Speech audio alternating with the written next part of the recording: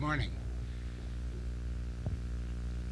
I'm going to ask a few questions this morning for the group of Dr. Gazi Yasargil. Dr. Yasargil, as most of you know, is a world-famous neurosurgeon from Switzerland and has made a very great reputation for himself. We would like to interview him this morning as to some of the beginnings of his life, particularly beginnings of his educational life. And so I would like to ask Dr. Yasargil, what is particularly known about your area of the world where you were born in Lice, Turkey? Is this an agricultural area? Is it a mining area? It is a agriculture area. This is well known. East Turkey. In the Lice, it was a small city, and my father was there, sent from the central government, and he had to do some educational work in this area. In his young age, with my mother being only 21-year-old, with two other, one brother and sister.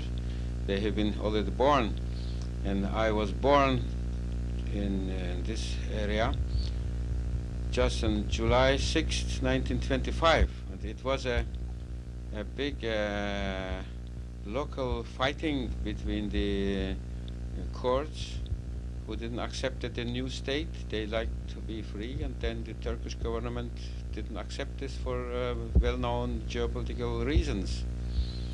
And my family was captured by the courts and taken to the mountains. So they have been wandering from one mountain to other area, and these are high mountains between 3,000 to 4,000 meters, and they had to be hidden under the caves, etc. This was a very troubled time for my mother, being pregnant to me.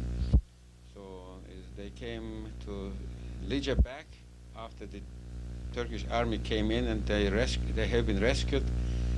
My father asked the government to, by my birth, happy birth, to give me the name Gazi. Gazi was given to the people who made some special work in their life, and so before I was born, I got my work done to survive in mother body, and so I got the permission to given this name, Gazi.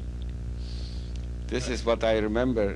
I like to tell this here because you asked me. We are originally not from this area, and my father's family moved in 15th century from central Anatolia to Balkan, to Yugoslavia, to Macedonia. They lived there almost 400 years. And then after the Balkan War, they had to move eastwards and came slowly to eastwards to Saloniki and then to Istanbul. And my mother family is from Istanbul. So, and father as an employer had to come from Lice after my birth back. So I never seen Lice in my life. I never had a chance to visit. And I was only a few months old.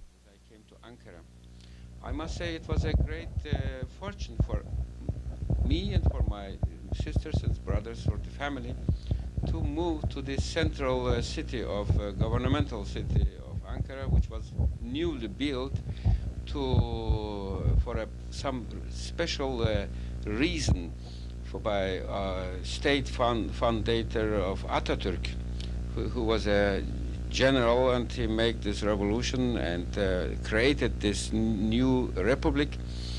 And he was first man from East who was very much oriented and decisively oriented for the Western culture.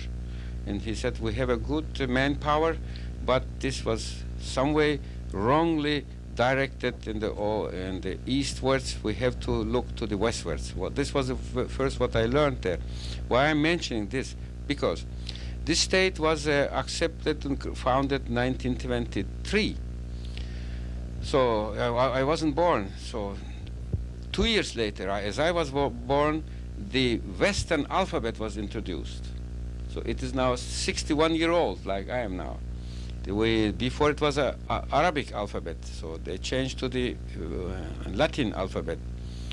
And then the city was chosen as a central city of Anatolia. And we know there are this bridge-like country, 2,000 kilometers long, 500 kilometers from altitude, from north to south, had never had cities in the center, with exception of the Hittites' time, 4,000 years ago.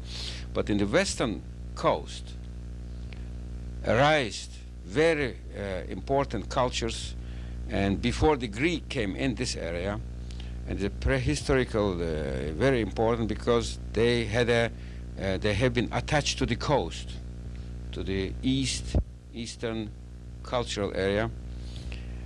And Ataturk found it is better to create a city in the center. So it was a more or less as an artificial city for geopolitical and cultural reason, to not go to west, to like Istanbul was the main city some 2,000 years. Now, another thing happened in Ankara at that time, turning to west, but we got fortunated for the Turks and for the intellectual people there, what they did like to do. It happened very unhappy things, as you know, in Germany, starting 1930s. And they didn't like, they have been repressive towards the Jewish society, the Jewish people. And the intellectual group, they get the feeling they have to leave the country. And it happens again as in the time of Sultan Suleiman. He accepted in middle of the 16th century Jewish who have been thrown away from Spain, and they came to Istanbul. And first time to eastwards, 60,000. They have been placed in Saloniki, Istanbul, and also some in Jerusalem. First time after 2,000 years.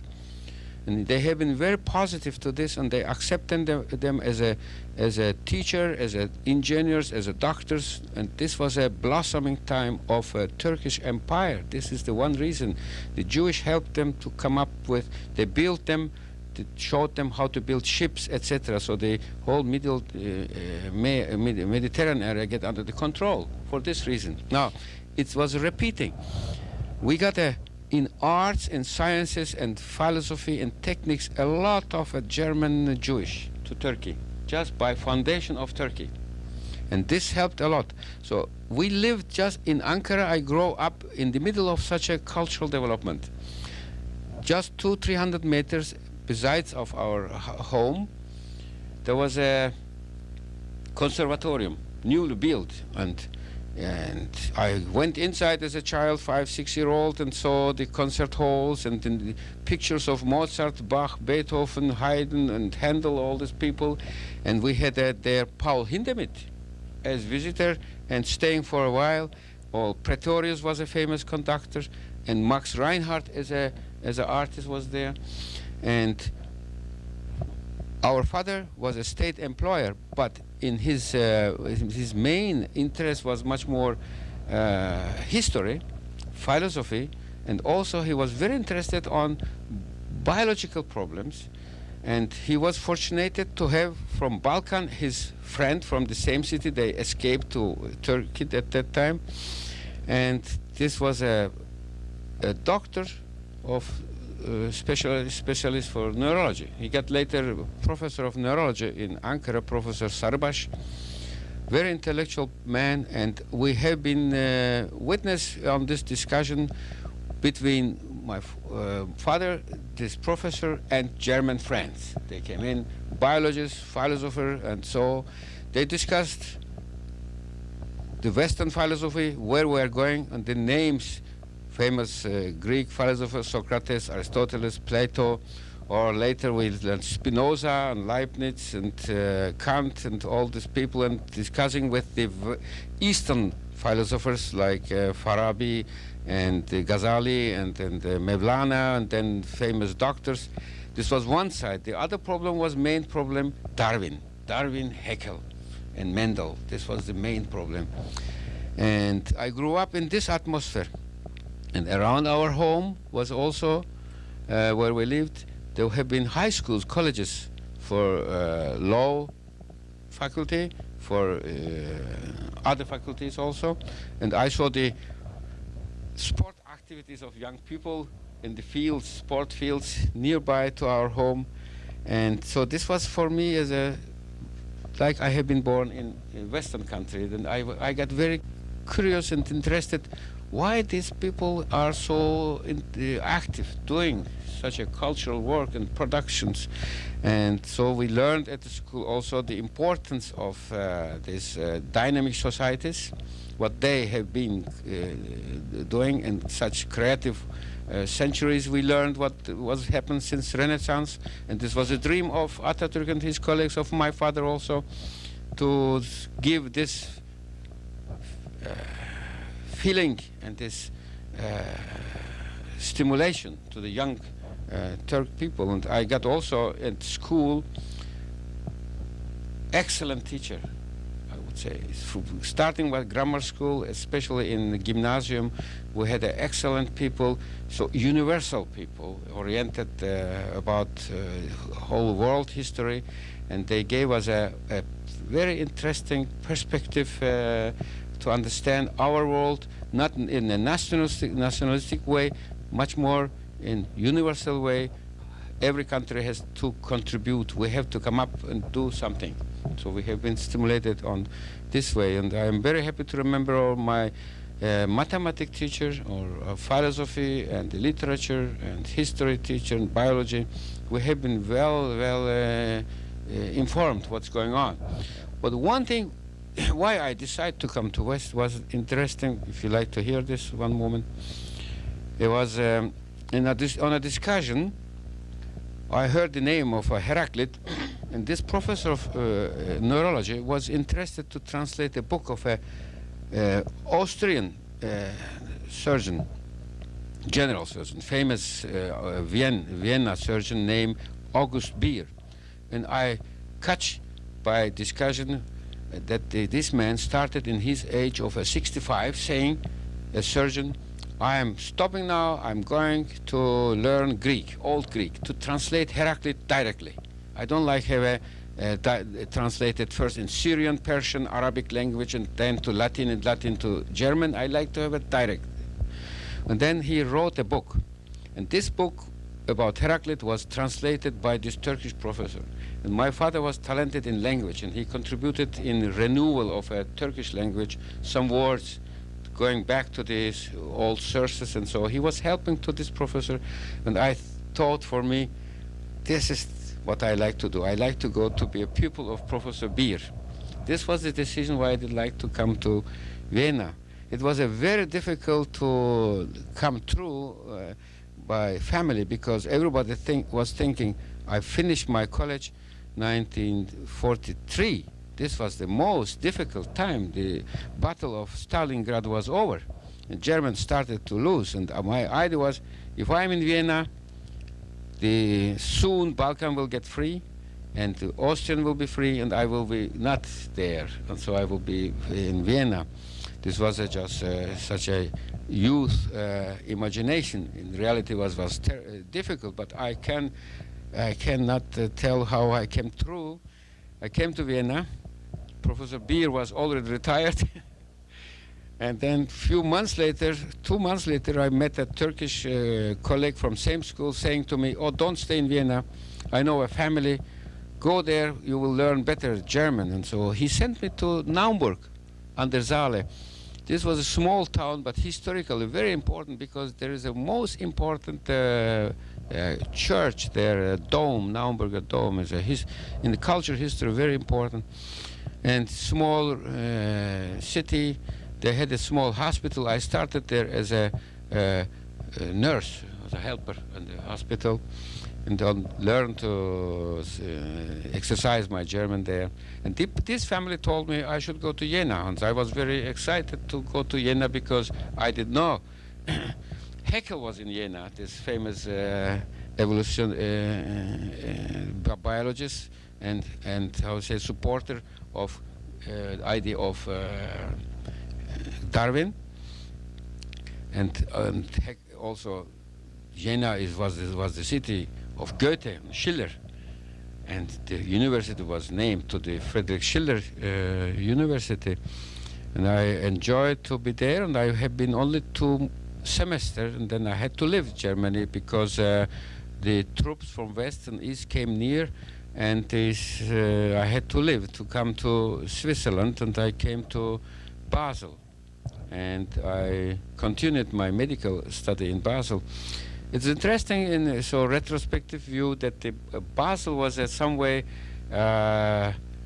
same line. I have been following from my birth in Ankara this classical human Western culture confronted, and then went to Vienna, short, but then Jena was very important for me and was following the pathways of this famous classical German genial people, and came to a city of Erasmus, and he was the greatest mind in this time in Basel, and Basel is well known by Burckhardt as a great historian, very important, and Bernoulli, family Bernoulli, greatest mathematician family, having several generations genial mathematicians, not only one.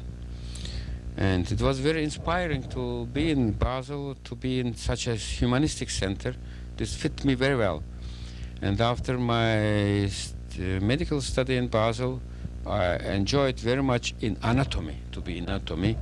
And Wessel, famous anatom Wessel, who started the real modern anatomy, and this institution was called Wessalium.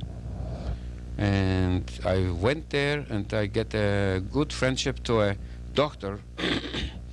He made dissections, and Dr. Klingler, he got a later professorship, and he told me almost in a private way the anatomy of the brain. I enjoyed very much to learn from him privately, because I went to him, said, I followed the lectures of Professor Ludwig. I could understand, but I couldn't understand all these connections. He said, I am good. Take time, come over. And I spent, after my, finishing of the medical school, 3 months with him, and learned how to dissect all the fibers.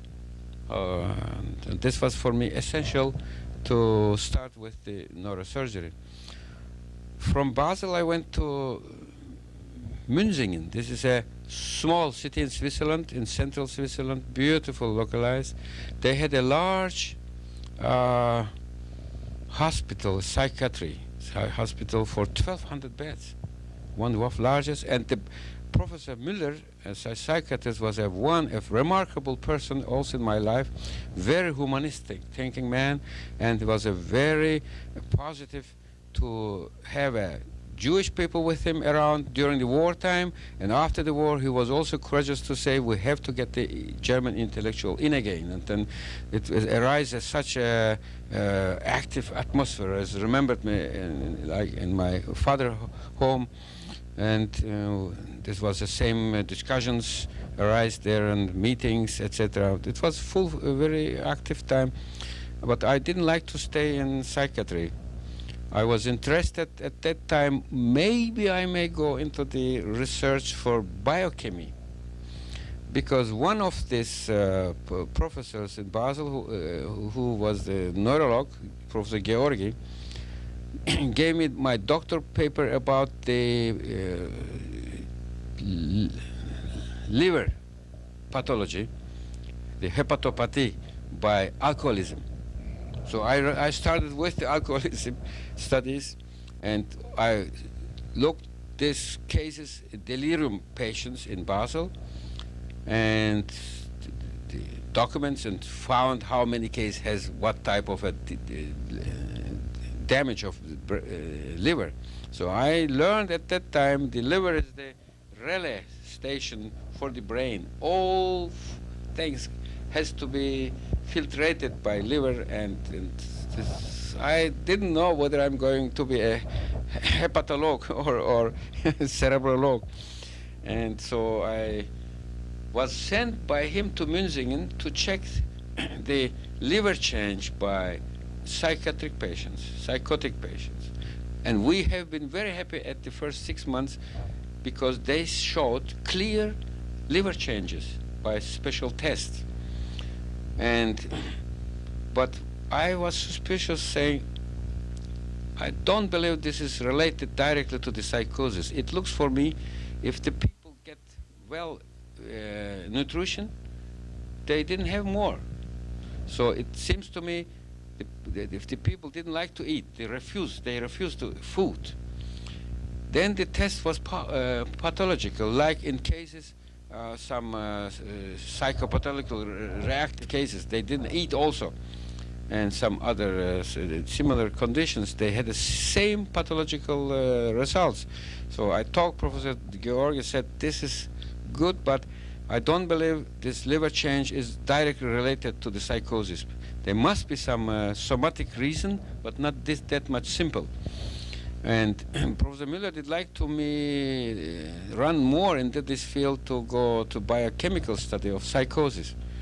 I was some way very reluctant to do or not to do, but I found I am not a good physicist and mathematician. And I saw the modern methods coming from not real chemistry alone, it's coming more physics and mathematics. I had to learn these things, and I had to go again for another study of 6 years. And I did like to it, but I didn't have the money. I couldn't go. And then I went to general surgery as a first step for neurosurgery.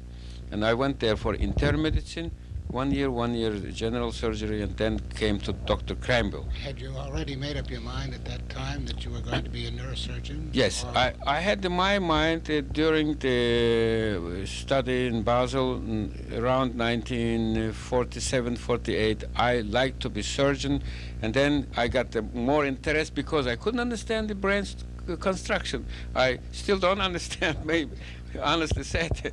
And I asked this Dr. Klingler whether he would help me, and he helped me a lot. And then I said, I must go to be surgeon. And came to Dr. Krayenbuhl, asked him whether he would accept me. He said, okay, well, come, but you have to go first to internal medicine and psychiatry, and then later come to us. What year was that now? This was 1950. And then I went to psychiatry, internal medicine, surgery, general surgery, and 1953, January, I started in Zurich. And I like to mention also in internal medicine, it was very interesting. I was again in laboratory, they say my reluctance, and I did like to understand the hemophilia problem. The Professor Baumgartner was very interested on this hemophilia, he was an expert, and he asked me to produce shallows of erythrocytes.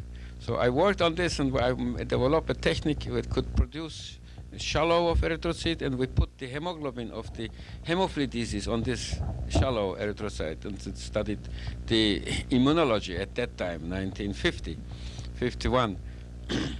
And then I stopped this and went to general surgery, and I learned by Professor Bandi, he's a general surgeon, very small hospital with 200 beds, but in this Interlaken, in the center of the Alps. We had at 1952, in 1 year, around 4,000 procedures, each type. He made even a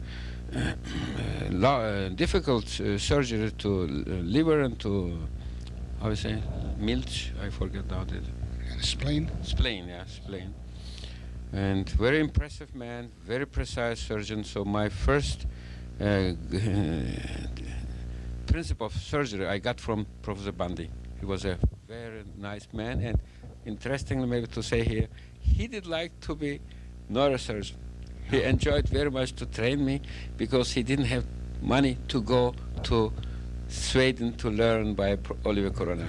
So he was enjoyed to teach me, send me to Professor Krayenbuhl. Yeah.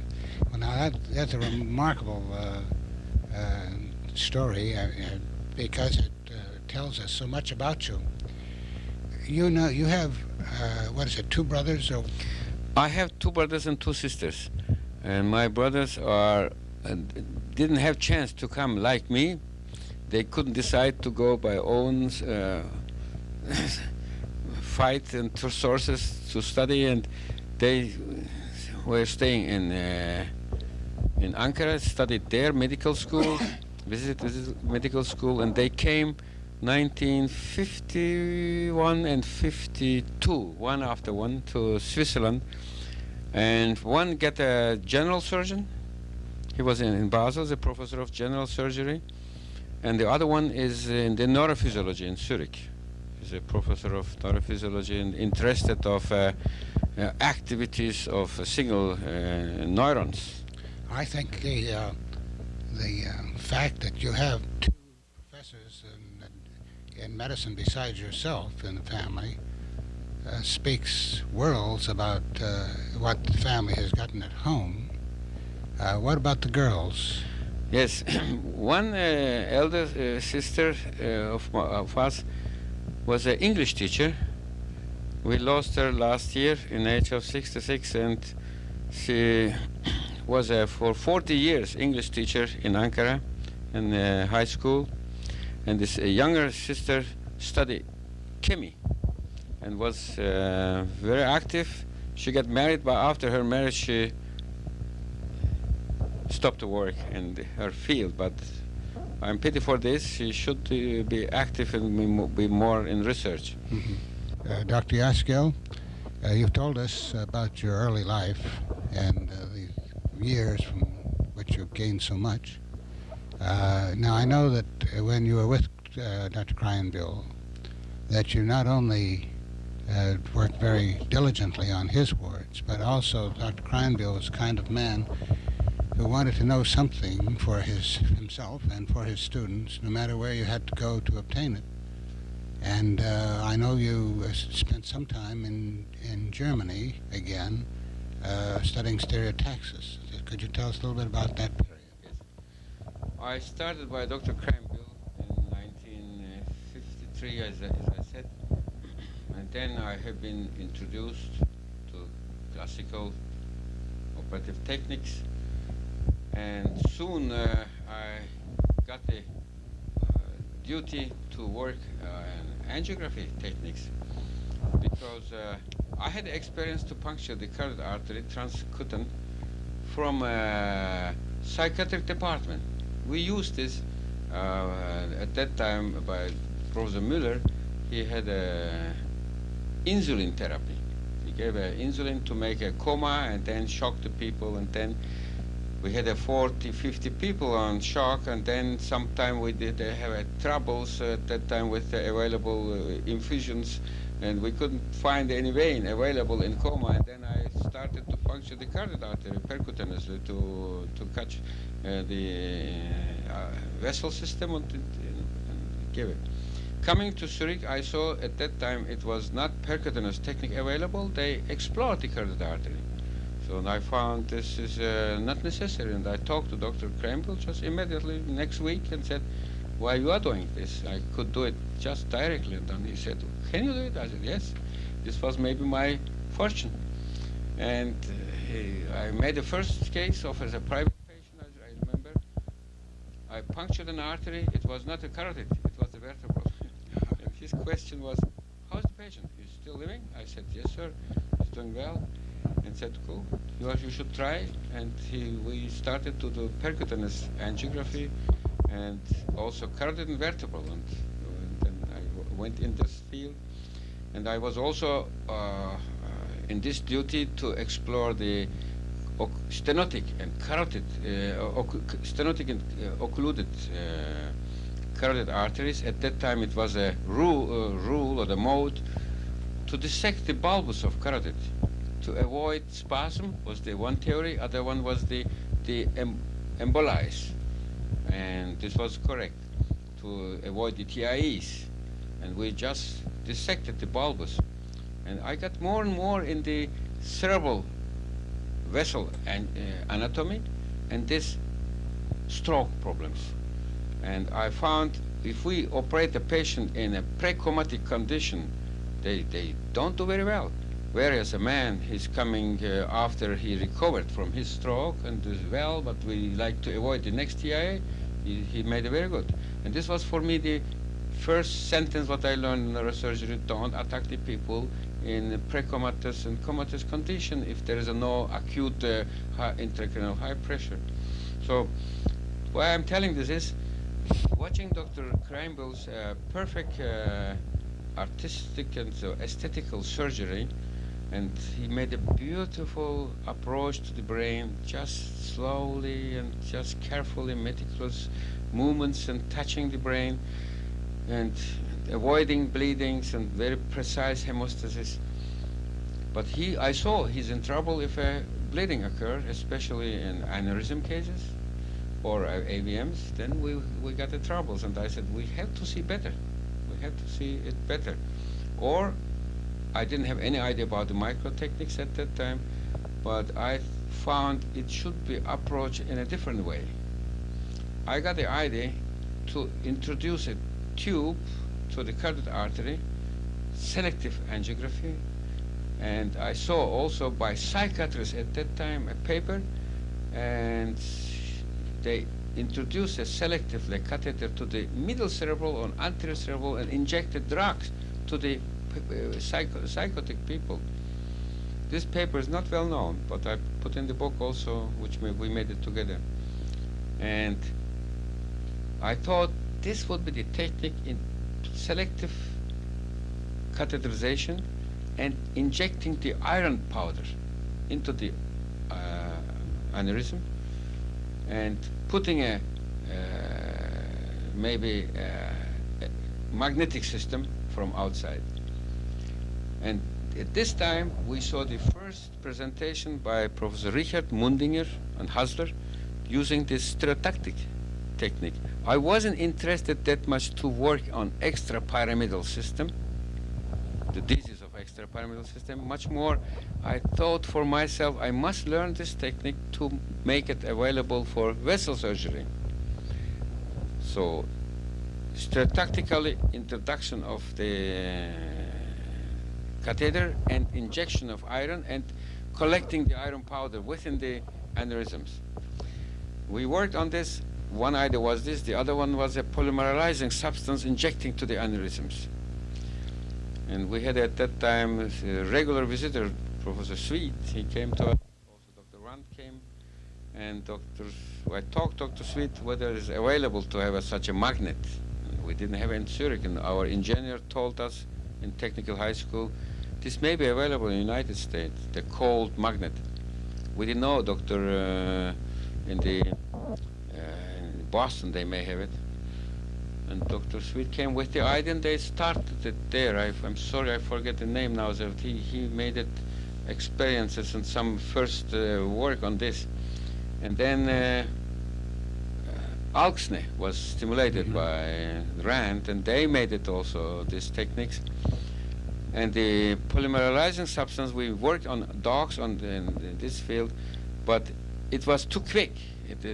Or it's too slow, and they didn't have a proper substance reacting well to the blood at that time. We couldn't do it. And I went to Freiburg in Germany to learn stereotactics for these reasons, to be able to come to the vessel surgery, because I saw this is not perfect as it should be. And then I was in this field working in stereotactic by Parkinsonism, other extrapyramidal diseases, and we made also epilepsy surgery. And then it happened, 1959 or 60, we saw the paper of Dr. Gazi first about the microtechniques. Then we saw also paper Pools and Adams operating aneurysm under microscope. It seems us very dangerous to get such enlargement, and then if rupture, what's going to be, and so I couldn't imagine at the time. But we got the microscope not to operate aneurysms, but just to operate in peripheral nerves and also fascial repair. If there was acoustic operated and we had to do acoustic and fascial anastomosis, we thought it is helpful. Unfortunately, or fortunately, some both way. Unfortunately for Zurich, we didn't get a normal monoscopic microscope. We got a diploscope, Oh, yes. and this was troublesome to start with. And after 5 minutes, I kicked the microscope in the corner and said, "I'm not going to use it. I can do it with my naked eyes better than with this microscope. I don't know how to use it." And then we forgot it. It was always staying in a corner. And it happened, we got in 1960 Professor Senning in Zurich. He was a famous heart surgeon. He brought the modern surgery to Switzerland, experimental surgery, and also heart surgery. And he made at that time valvular surgery on young people, children and young. And he had some percentage of embolism by extracorporeal circulations. He got an embolism. And I made for him the angiography. If the patient awake with a hemiplegia, I had to do angiography as an expert in this field. And I showed him, look here, the precentral artery is occluded, just in this case, and he said to me, "Go ahead, operate and take off." And I said, "This is impossible. Nobody will be able to operate such a small vessel." And his very cool and precise question came out, said, "Did you make it?" I said, "No." "Well, how you know this?" "Try it. You must go. You must go. I'm going to your chief." And he went immediately to Professor Krayenbuhl saying, "Send Gazi to somewhere. He should learn. The Americans are active now. He should learn the microvascular surgery." And so we tried to ask the people who does the microsurgery, because he didn't do it, and also not Poole and Adams. So Dr. Sweet was asked, and he asked Dr. Rasmussen, and Rasmussen gave your name. So we came to you on this way. In 1964, we participated on a first international meeting of neuroradiology, I think so, in New York. And there whole neurosurgical society was there. Very few neuroradiologists have been there at that time. And only Peng Huang was maybe there as a neuroradiologist. And we got your name there, and you allowed me to come over to Burlington and see how you're doing. And I was very impressed, as I told yesterday, not that much from the possibility of this microscope, but I was impressed from you that you have been so patientful, and it was a most important moment to come over. Don't give up. Go through and don't be impatient. True. This was essential for me. Then I had to learn to stay 3, 4, 5 hours to repair a small artery or vein. And I had to learn this technique, to learn to be patient. Well, I think there wasn't any question as to whether you learned it. Point of view now is, the point is that everybody who's had anything to do with this type of surgery has learned a great deal from you, because you've advanced this field tremendously. In the process, though, I noticed one of the things about you is that you've always had your eyes open on the periphery, not only the central field, but on the periphery, because you have wondering what's happened there, what makes this, what makes that, or you've been thinking in terms of some kind of new technique or new instrumentation which would make things easier. Now, there are many examples here, and I'll ask you about some of them perhaps, but one of the things that I think is very interesting, and tell us a little bit about this from your own, we'd like to hear from the one who did it, but when you came home and found your daughter playing on the floor with a toy, and when she manipulated segments of this toy, it would lock in place and be stiff. She'd change it a little bit and it would go off. And you said, this is the way we can work a retractor. And you went ahead and developed this very famous retractor. Tell us about that a little bit. Yes, you told already, and this was the history as a in the neurosurgery, we have been for years assisting to the teaching professors. Also, I had to stay beside Professor Krayenbuhl and his chief resident, Professor Weber. He was also one of my important teachers. I had to stay there quietly 1 hour, 2 hours, 3 hours, 4 hours. And we didn't have any feeling more on our thumbs and digitals. And I said, this must be done some way automatically. So, especially as I saw by using the microscope, there is no place left for 2 men, to 4 hands. It's the operating field getting smaller. Maybe this is my nervous nature, as I know some Japanese colleagues are working 3 people together in the same operating light field, small field, and they are doing perfectly collective work. This is not my nature. I like to be alone, and to be alone means you have to have a retractor, proper retractor. I had an excellent spatula holder in person of Dr. Kikuchi. He was like an automat, staying hours, not moving 1 millimeter. This is essential. But he couldn't stay for a lifetime for me for this. He got in between a famous Japanese neurosurgeon. So it had to be developed, such tools. They haven't been available, and I learned also from you. You made also yourself in Burlington small instruments. Also Mrs. Roberts, who was another teacher of mine, she made it such a small things. I never forget one thing.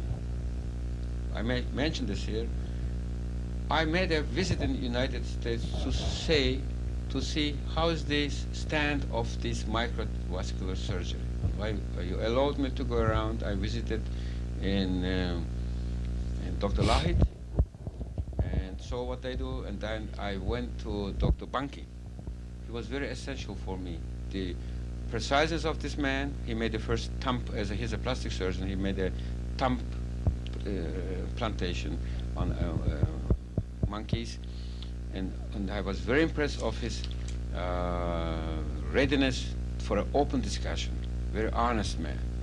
And these are founders of these techniques, contributed a lot, and then started to have many centers for microvascular surgery.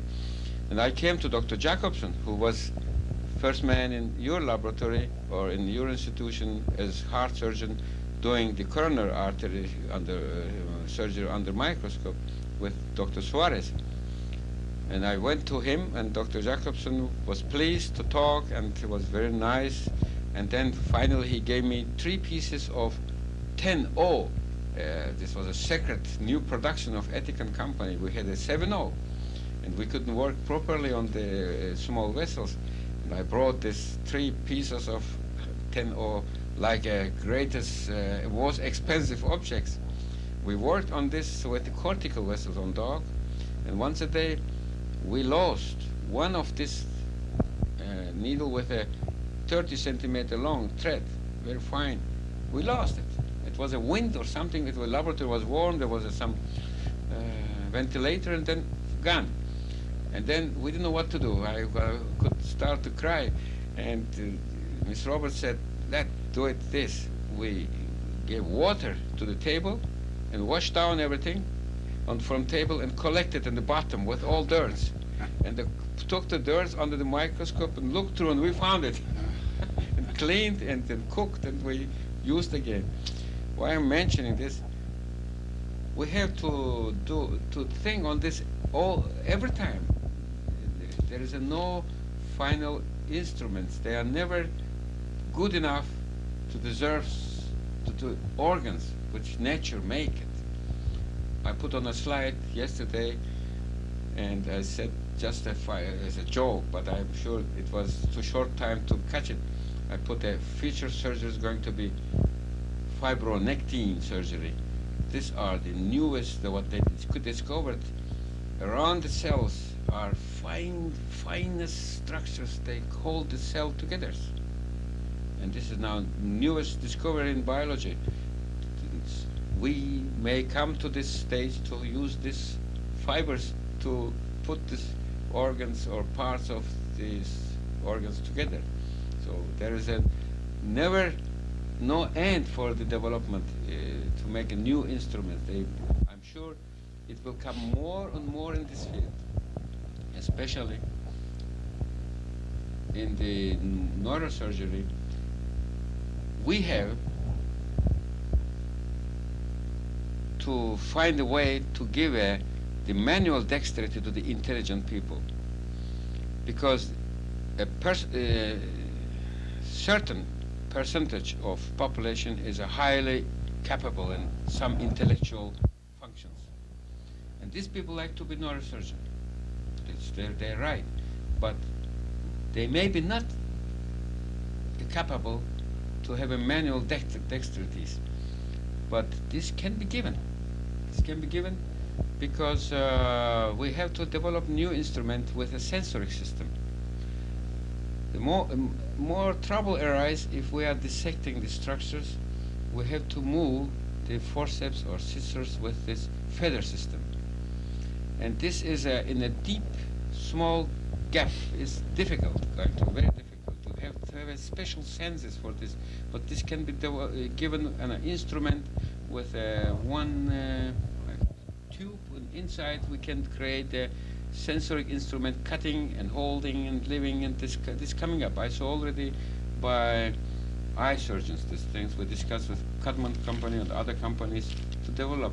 So it's going to be much preciser than if we combine our senses, like a visual sense with our touch sense, which make the microscope available, where we can do much more. If we can do much more in this field, we will get a better surgery. Dr. Yasargil, there's one thing I'd wish you'd discuss with us briefly, because in my humble opinion, this is one of the greatest contributions to surgery of any kind that has ever been known. And this was when you began to work in the little interstices in the brain, in the sulci of the brain, or in the little caverns underneath the brain that contain spinal fluid, the subarachnoid space, and you came to the conclusion that much of this material that was running through the brain, blood vessels, so forth, were not really part of the cerebral tissue, which in a sense people knew intuitively, but that these were actually little basins, and if you could confine your surgery to that, you didn't injure any of the structures on the sides. And this has been your surgery, and I think this has been tremendous. I'd like you to tell us a little bit about it.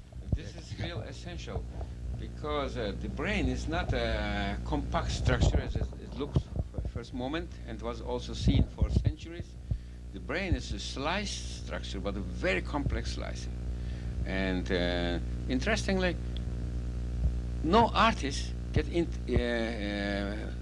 Good, in Renaissance time they made some drawing, but from the sense of artists, the brain by sculptures never presented, or by painters not clearly shown, because this interwoven structure of this gyres and sulcis and fissures, and all are covered by arachnoidal fibers and cisterns, which is filled by water.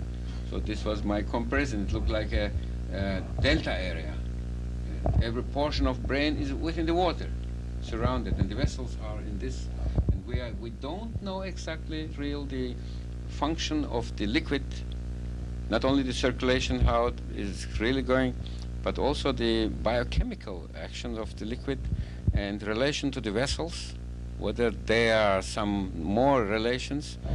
This has to be found out. Now, as surgeon, we have to respect this special morphology of brain and respect this. And this can be done if we can open the sulci and enter into the sulci and come to the places where the pathological structures are localized. And we can do this if we would have a little much preciser retractors, because the cortex doesn't like to have any compression. It must be much preciser, which is now available. I started to use the retractor for the eyelids, which are very precise over the cornea. We have to learn from eye surgeon. It has to be still much preciser to help open. I use the tricks now, not having a retractor, but I'm putting in the both corner of sulci a piece of a sponge, like a dentists are using these tricks. This opened for me just 5 millimeter or something. This is problem, how to open it to go down. The sulci are not only 1-2 centimeter deep, they are down to 6-7 centimeter deep, and they are coming near to the ventricle system in every corner. So we have to learn this sulci system, and then I may complain something. We are happy to have the microscope, but the physical part of microscope is excellent.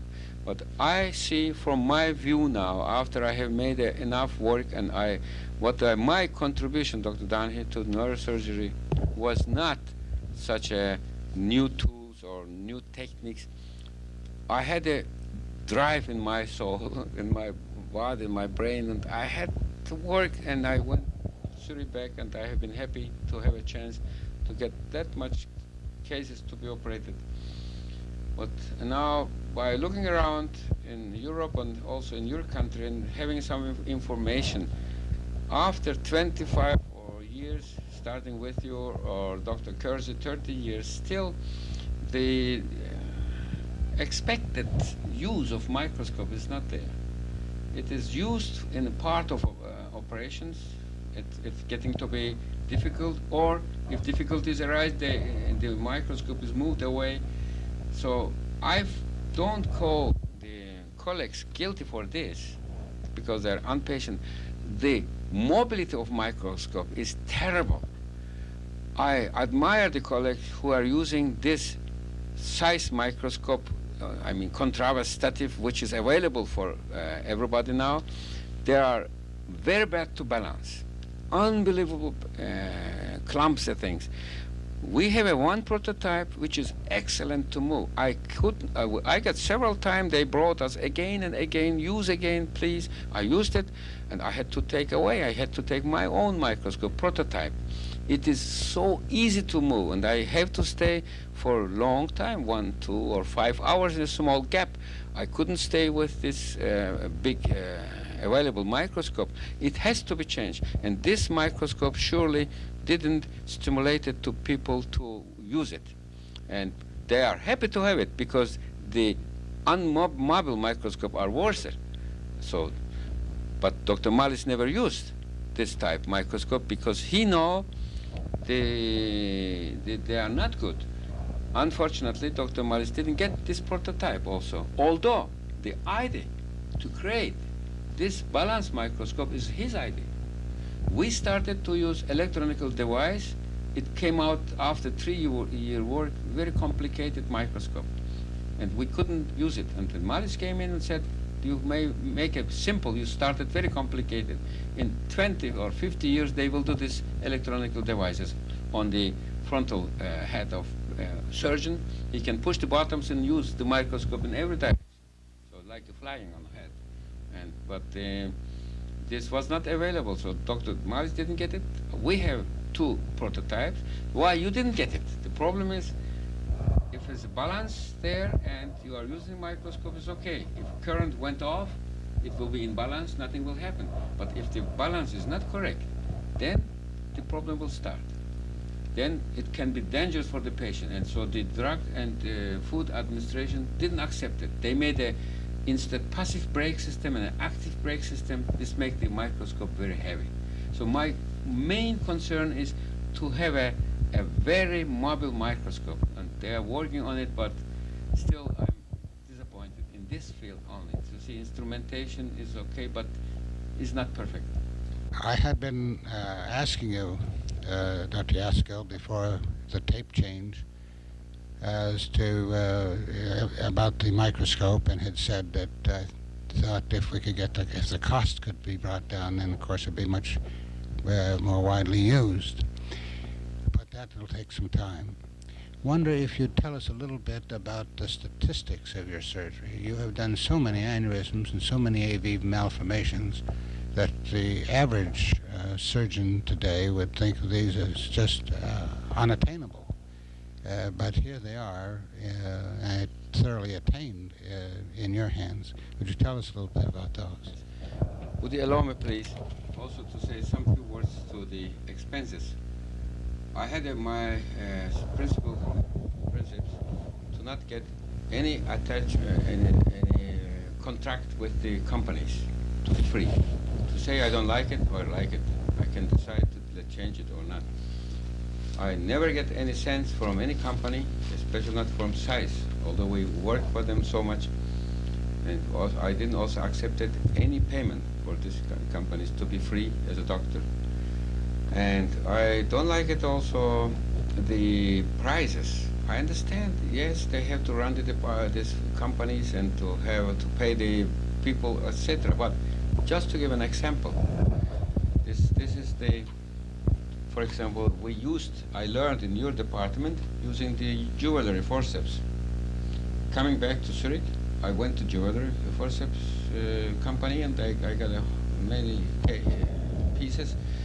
Each one was cost at that time 5 francs. Later come up to 12, highest level. One forceps.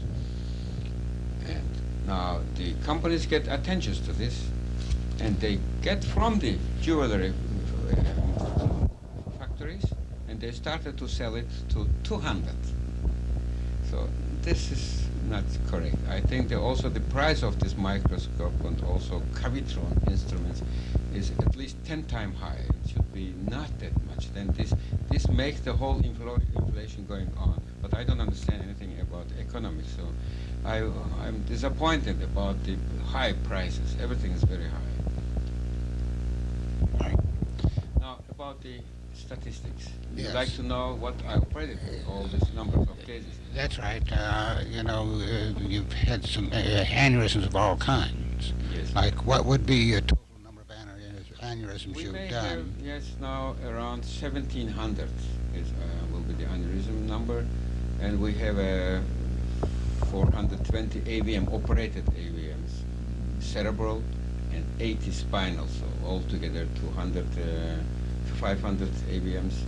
And I have other type of malformation. We operated vascular malformation, some 50 altogether. And then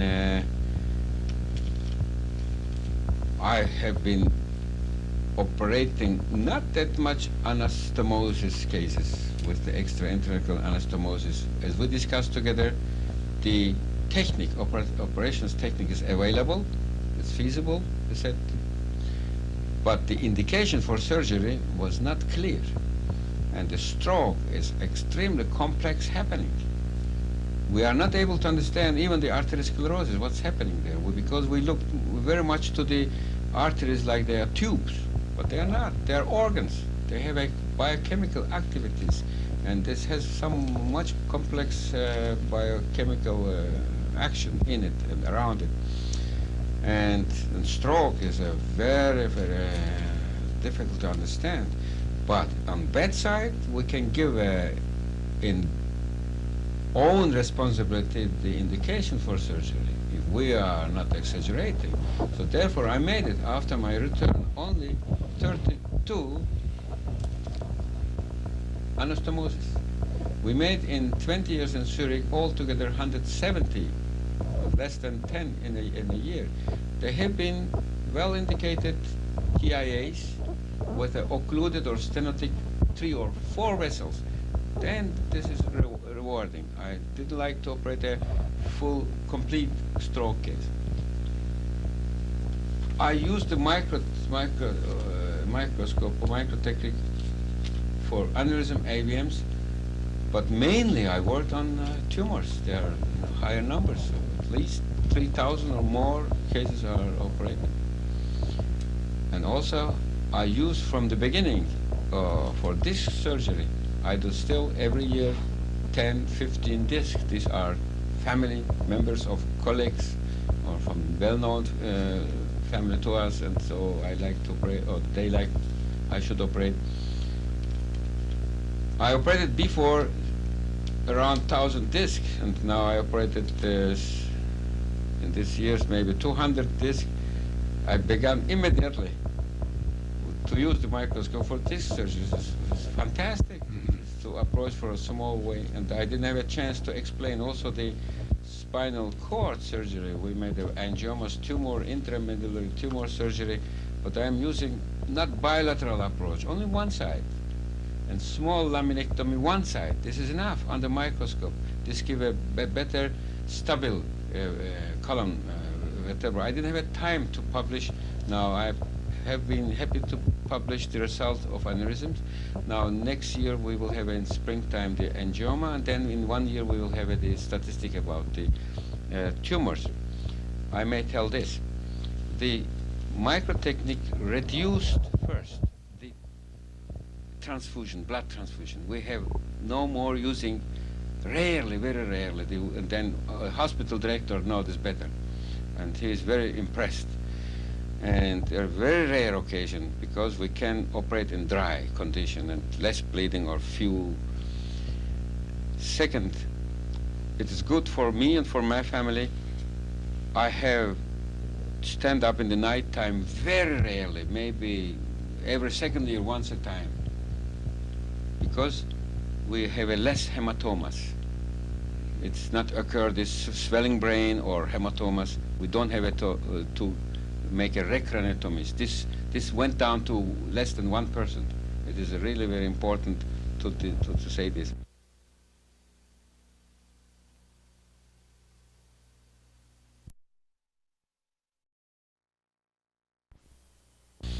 And the mortality general seen from the operation almost zero. But we have still mortality in the postoperative courses for different reasons, and I may say for several reasons we are still having a 1% general said mortality. Morbidity is also around this 1-2%. I cannot tell you precisely we are going to work out, but what I like to say is this: the people are awakening immediately after surgery. Even if I am operating in thalamus or in mesencephalon, on cerebellopontine areas where we are, also in hypothalamic, they are coming to conscious, and they are, most of them say, best way, correctly, 90% standing up and sitting in bed or outside of bed for the next morning breakfast. And this impressed most of the visitors, nurses or doctors, seeing this condition, and they say, why this? The mortality by glioma surgery, by nature of these tumors, is naturally after a while it's not good. Glioblastoma, all of them are dying. We have some exceptional cases, as I showed yesterday, living since 8 years by glioblastoma. I'm still operating them because we don't know what's coming up. And I know also the remark of Dr. Krayenbuhl saying, if you rescue a man for 3 months for life and good quality life, you should do it. He can be reasonable, and he can prepare also his death. He can say goodbye to his family before he died if he gets very surprised from the disease. This is maybe some small philosophy why I am operating all the glioblastomas. Naturally, this depends from the age and general condition. But the mortality by acoustic is zero, by meningiomas is zero, and by what you like to have by AVM surgery is also zero. We didn't have this swollen brain or what is this breakthrough of pressures, intracranial pressures. This is not happening. Did you like to have a more detail about data? Well, you will have it in publications, but just general what I did like to say. No, thanks very much. I think that's very important. One other question I was going to ask was, as you look back in your life and see the number of contributions you made, of which one are you most proud? What are you happiest about? Yes. Looking back, I didn't do anything new. Everything what I made it more or less was continuous, the ancestors, staying over the shoulder of my teachers and just improving. I took many instruments of Dr. Jacobson, make it new, longer, different type. New was maybe the retractor. I enjoyed very much. It was, but it should be electronically devised and much preciser. It is still humble. This doesn't enjoy me. But one thing I would say is unique. Well, this is my production, still not mine. I got the idea because using the microscope, I had to move the microscope from time to time to have a correct line. And I had to go out with my hand from the operating field, at least with one. But there are situations you can do it. And I learned, before we had this mobile microscope, to push the microscope with my head. And so a little right and left and forwards, backwards, and so backwards, not natural, not. And then, as this mobile microscope arose and was built, and I got the idea to put a mouse switch. And this to get the hands more free. At this very important moment, to not use the hands for other things, just working in deepness of brain. And the idea came to me from my memory, from an anecdote about Mozart. Mozart composed a piece which can be played with both hands, but there is one moment you have to put your nose on this taste, piano. Then it works. This was a joke, and then I found this idea stimulated me to make a mouse switch, to not use the hands. This was my only contribution, I would say. Well, we've enjoyed talking with you, and would like to say this. I think that I admire so much the man who had great vision, it seems to me, and that happened to be the man who, knowing the meaning of the word Gazi, gave it to his son. Your father was a very remarkable man. Thank you very much, Dr. Donaghy. You have been always another father for me. Thank you. In my mind, in my spirit, you have stimulated me extremely, like my teacher, Dr. Krayenbuhl, and his chief resident, Professor Weber. As a last word, I like, maybe would you allow me 1 minute to say, to make this remark. Really, our father was some way an exceptional person in his philosophy and his thoughts. He